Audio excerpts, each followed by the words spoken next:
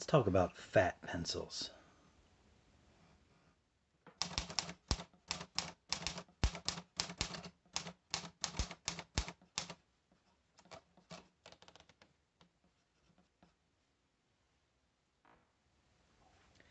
If you've watched other videos on this channel, you will know that I am a collector, you might even say a hoarder of graphite pencils.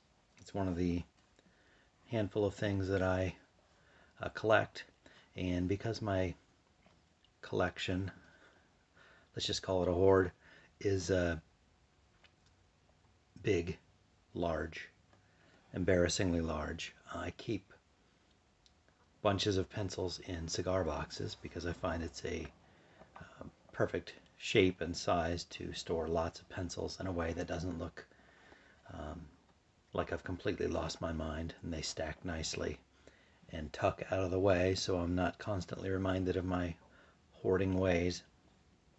So what we have in this box is an assortment of what I'm going to call fat pencils, larger than average diameter, and many manufacturers of pencils have made these primarily marketed towards school children for learning to write,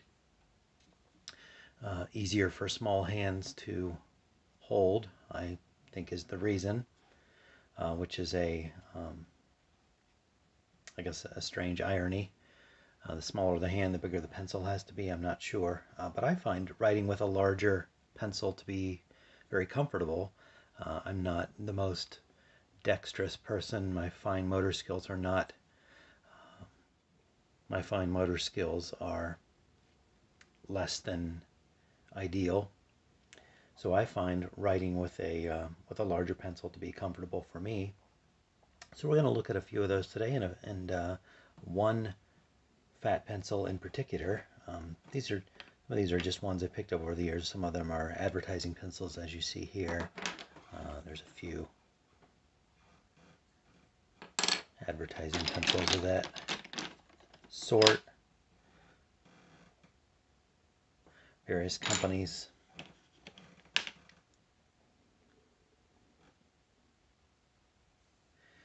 And there are kind of specialty fat pencils like these triangular Maped or Maped. I'm not sure how they pronounce it. Black Pep's Jumbo is a triangular pencil.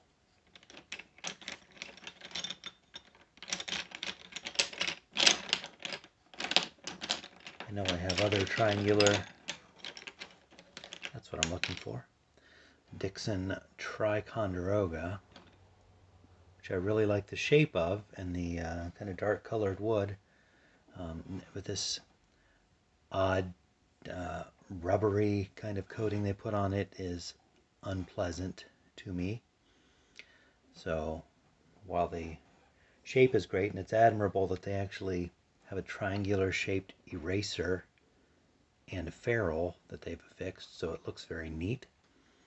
It's not one that I would use a lot because of the weird texture.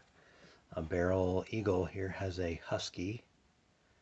It's an old pencil that company no longer exists. I mean, the Eagle pencils no longer exist.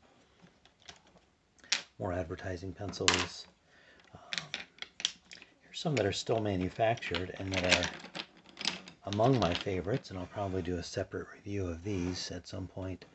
The Tri-Rex, made by Moon Products. They're in Tennessee. And these semi-triangular, it's more like a hex with 3 long sides and 3 short sides. So it's kind of a triangle with the corners cut off. But these are very comfortable pencils to use for me. And if the graphite was just a little softer, this would probably be my everyday, always go-to pencil. But again, more on those later. What I want to focus on today is the line of pencils that Dixon has made and has been making. And I'm going to pull these out, and we'll look at these kind of separately from this stash of pencils. Okay, so what we have here are several fat pencils from Dixon. And first of all, I want to look at this thing. This is from a hardware store, Home Depot or Lowe's or some such. And it says Dixon on it, and it's a fat pencil, and it's awful. So don't waste your money on that. Let's eliminate that right away. I have some classic Dixon Beginners pencils here. Dixon Beginners 308, school supply. These are unsharpened, and you can hopefully see kind of a fat graphite core. I have those in kind of various incarnations. There's one that's sharpened up, and when it's sharpened you can really tell how big that core is. So they made these for a long time in different variations. Very nice pencils. Also that big size, I guess they're like kindergartner or first grade pencils maybe. Comes now as the Ticonderoga. So these just say beginner's pencils. You notice these do not have the familiar Ticonderoga coloring, and they do not have ferrules or erasers. Here we have a more modern Ticonderoga beginner's pencil, and my first Ticonderoga. Appears to be pretty much the same pencil, both labeled HB number 2, both with the traditional Ticonderoga green and yellow metallic ferrule. Not crimped on, just glued on. Looks very nice. Pink eraser, that's standard for Ticonderogas. Just comparison. Let's do two sharpened ones, I guess. See the difference here. Similarly colored, but two very different pencils. Very smart marketing for Dixon Ticonderoga. Get the color scheme that everybody recognizes. You get pretty much every school teacher in America on their back to school list specifying Dixon Ticonderoga as the acceptable pencil to bring. They pretty much cornered the market on that. My favorite fat Dixon pencil is the Laddie, which is kind of a semi-fat or a in-between size. And here are earlier incarnations of it. I particularly like this black. It looks kind of bluish in this light, but it is, I believe, black. Laddie 3304 school supply. This one has a nice gold tone ferrule on it. And again, compare that with standard size. The difference isn't as obvious here, but the Laddie is a more stout pencil. Got the gold lettering here, Laddie in cursive. And then we have two. I don't know where these fall in the timeline compared to this black with the ferrule. We have two blue versions, one with white lettering, one with gold that's mostly worn off. I believe that used to be gold. It looks a little silvery now. These two here say school supply. This one just says 304. These two do not have ferrule or eraser, obviously. But then here, in terms of pencils currently manufactured, I'm going to say this didn't make my list of favorite pencils when I made Mamo's favorite pencil video, but these actually are right up there at the very top because just the way they feel, and whatever graphite core Dixon uses in these is a very nice and soft graphite. labeled as a number 2. There's some production numbers pressed in here. Ticonderoga Laddie, still in cursive. I'm going to grab a sheet of paper and let's give this a little try. I think the Laddie, which has a core very comparable to the My First Ticonderoga or Beginner Ticonderoga, very similar core size and a slightly smaller wood casing. I think they use a different formulation in the graphite than they do for the beginners. I think it feels a little softer to me.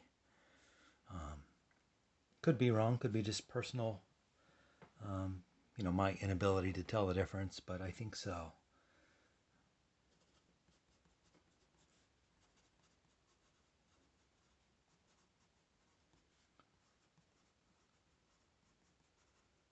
Whoops.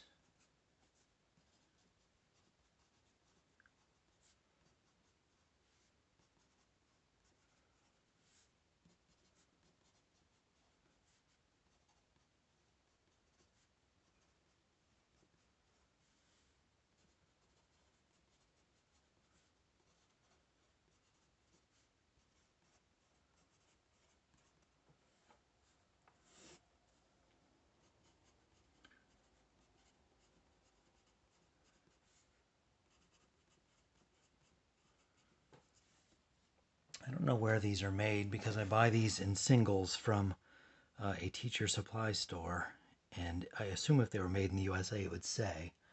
So my guess is Mexico or China, but I don't know which. Just by way of comparison, I'm going to use this My First Ticonderoga.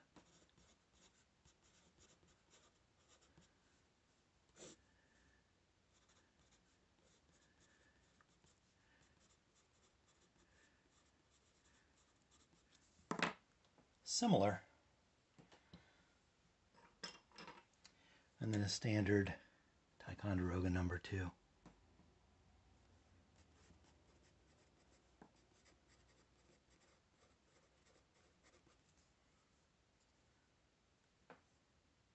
This one also does not have a country of manufacture, and I found that in a grab bag of pencils from the thrift shop, almost certainly, so I don't know where that came from.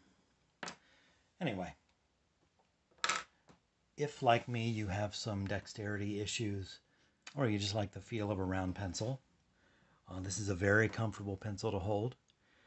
It is not so big that you feel kind of clownish or like a kindergartner when you're using it. It almost passes for a regular sized pencil. And kids today probably can't read cursive and wouldn't know what that said anyway. So I give a solid 2 thumbs up to the Ticonderoga Laddie.